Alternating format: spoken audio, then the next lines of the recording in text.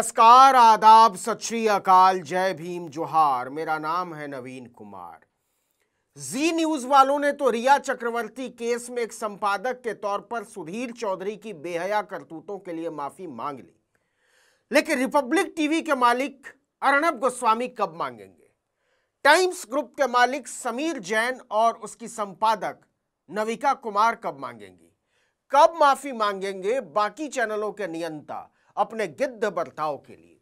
हालांकि यह एक आश्चर्यजनक और दुर्लभ घटना है, लेकिन यह घटी है और हो सकता है यह सुधीर चौधरी पर हमला बोलने का एक तरीका हो, यह जताने का तरीका कि वो एक मूर्ख, असंवेदनशील और गिरी हुई सोच के संपादक हैं।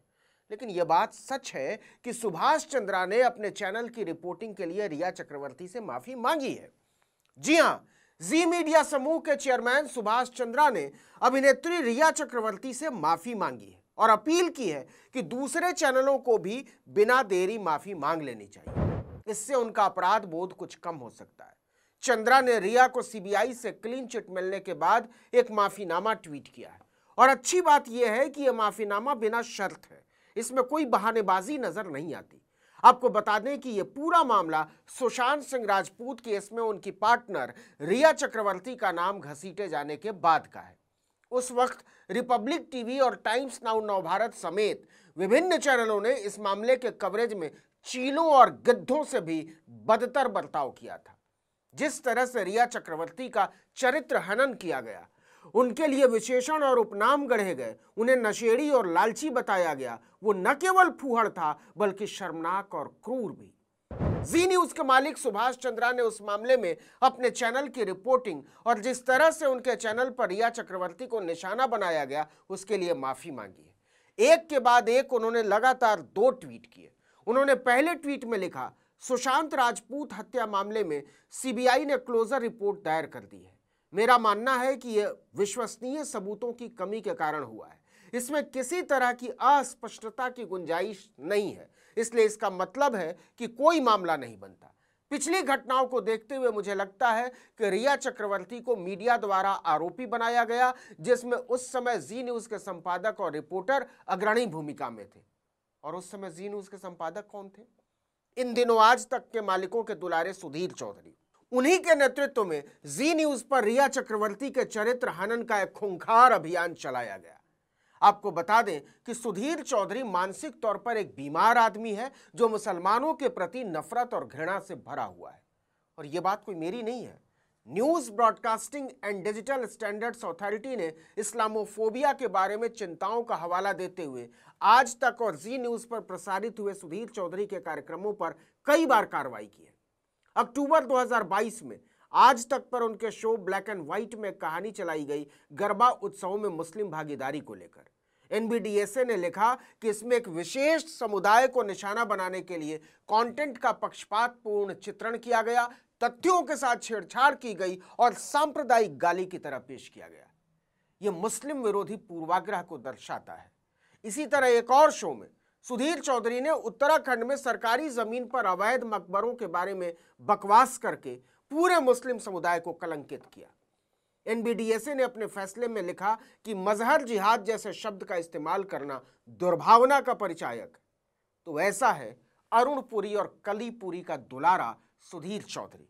खैर, बात रिया चक्रवर्ती को लेकर माफीनामे पर हो रही थी।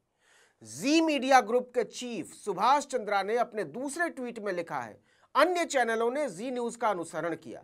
जी न्यूज का मेंटोर होने के नाते मैं उन्हें सलाह दूंगा कि वो हिम्मत दिखाएं और माफी मांगे। मैं इसके बावजूद रिया से माफी मांगता हूं कि इसमें मेरी कोई सीधी भागीदारी नहीं रही है। मैं बाहर से एक मुख रुद्राक्ष और अंदर से एक समान हूं। जो सत्य है वही कहता हूं। अब यहां एक झोल दिखाई देता है। सुभाष चंद्रा के टीवी चैनल ने सारा गंध मचाया। एक लड़की का जीना मुश्किल कर दिया टीवी पर। मुश्किल क्या किया, उसकी जिंदगी जहन्नुम बना दी। टीआरपी के लिए नैतिकता की हत्या का सारा खेल टीवी पर खेला और माफीनामा ट्विटर पर लिखकर नैतिकता का झंडा उठा लिया। यह तो चालबाजी है। हिम्मत है तो आते प्राइम टाइम पर अपने चैनल पर और कहते चैनल पर कि इसके मालिक और संस्थापक के तौर पर मैं शर्मिंदा हूं। जरा बताइए कि चैनल का मालिक अगर टीवी पर कुछ बोलेगा तो कौन रोक देगा? लेकिन होशियारी देखिए, सुभाष चंद्रा के अनुरोध के बावजूद उनके चैनल ने 24 घंटे गुजर जाने तक रिया चक्रवर्ती से माफीनामा नहीं चलाया था। लेकिन इस बात की तारीफ की जानी चाहिए कि सुभाष चंद्रा ने कम से कम सच को कबूलने की हिम्मत तो दिखाई। ऐसा दुर्लभ है, क्योंकि अरुण पुरी और समीर जैन के चैनल तो तमाम तरह के झूठ, सच और दंगाई सोच परोसने के बाद भी डकार तक नहीं लेते। आपको याद होगा, अर्णब गोस्वामी अपने चैनल पर किसी गुंडे मवाली की तरह चीखा करता था, मुझे ड्रग्स दो, ड्रग्स दो, ड्रग्स दो। उसके रिपोर्टर किसी गुंडे मवाली की तरह रिया चक्रवर्ती को नोचने के लिए दौड़ते थे। टाइम्स नाउ की नविका कुमार ने अपने चैनल पर एक महिला की मर्यादा, पत्रकारिता की नैतिकता और मानवता के मूल्यों के चीथड़े उड़ाकर रख दिए थे। उस रोज इन तमाम टीवी चैनलों के सूरमाओं ने अपने आप को विधाता मान लिया था। रिया चक्रवर्ती को रोज मारा गया, हर आधे घंटे में उनका फिर शिकार किया गया अलग अलग शोज में। अगर टीवी चैनलों के गिद्ध संपादकों और मालिकों का बूता चलता तो वो अपने स्टूडियो में बुलाकर रिया चक्रवर्ती को वहीं फांसी पर लटका देते, और इसमें कोई पीछे नहीं था। और जो इस बेशर्मी में पीछे रह भी गया, वो इस वजह से रह गया कि उसके पास बेहयाई के मसाले देर से पहुंच रहे थे, या फिर पाकिस्तान के साथ युद्ध की भूमिका तैयार करने में उनकी आस्था ज्यादा थी। लेकिन हमें अभी भी नहीं लगता कि नविका कुमार के भीतर मनुष्यता की हया लौटी होगी। हमें अभी भी नहीं लगता कि दौलत और शोहरत के नशे में एंकर सीट पर झूमते हुए अर्णब गोस्वामी को ला जाएगी। नहीं लगता कि कोई फर्क पड़ता होगा रजत शर्मा को या अरुण पुरी को या कलीपुरी को। अगर फर्क पड़ता ही तो वो सुधीर चौधरी जैसे दंगाई सोच के लोगों की भर्तियां ही क्यों करते। लेकिन क्या आप जानते हैं कि सुधीर चौधरी को सुभाष चंद्रा से लेकर रजत शर्मा और अरुण पुरी तीनों ने ऊंची पगार पर उनकी इसी विशेषता की वजह से रखा। लेकिन सवाल यहां व्यक्ति नहीं है साहब, सवाल है संस्थान। और जब मैं संस्थान बोल रहा हूं तो इसका मतलब आज तक, सी न्यूज, टाइम्स नाउ या रिपब्लिक या कोई और चैनल नहीं है। मेरा आशय पत्रकारिता संस्थान से है, जर्नलिस्टिक इंस्टीट्यूशन। कितनी अजीब बात है कि पत्रकारिता जैसे एक जिम्मेदारी भरे पेशे को दौलत के दम पर बार बार रौंदने वाले बहेलिए सत्ता की जूतियां चाटते हुए इसकी दशा और दिशा तय कर रहे हैं। अपने आप को खुदा समझ बैठे ये शोहदे नहीं जानते कि आने वाली नस्लें इन बहेलियों को लानतें भेजेंगी। इतिहास उन्हें पत्रकारिता का जल्लाद लिखेगा, और तब वो अपनी सफाई देने के लिए इस दुनिया में शायद मौजूद नहीं होंगे।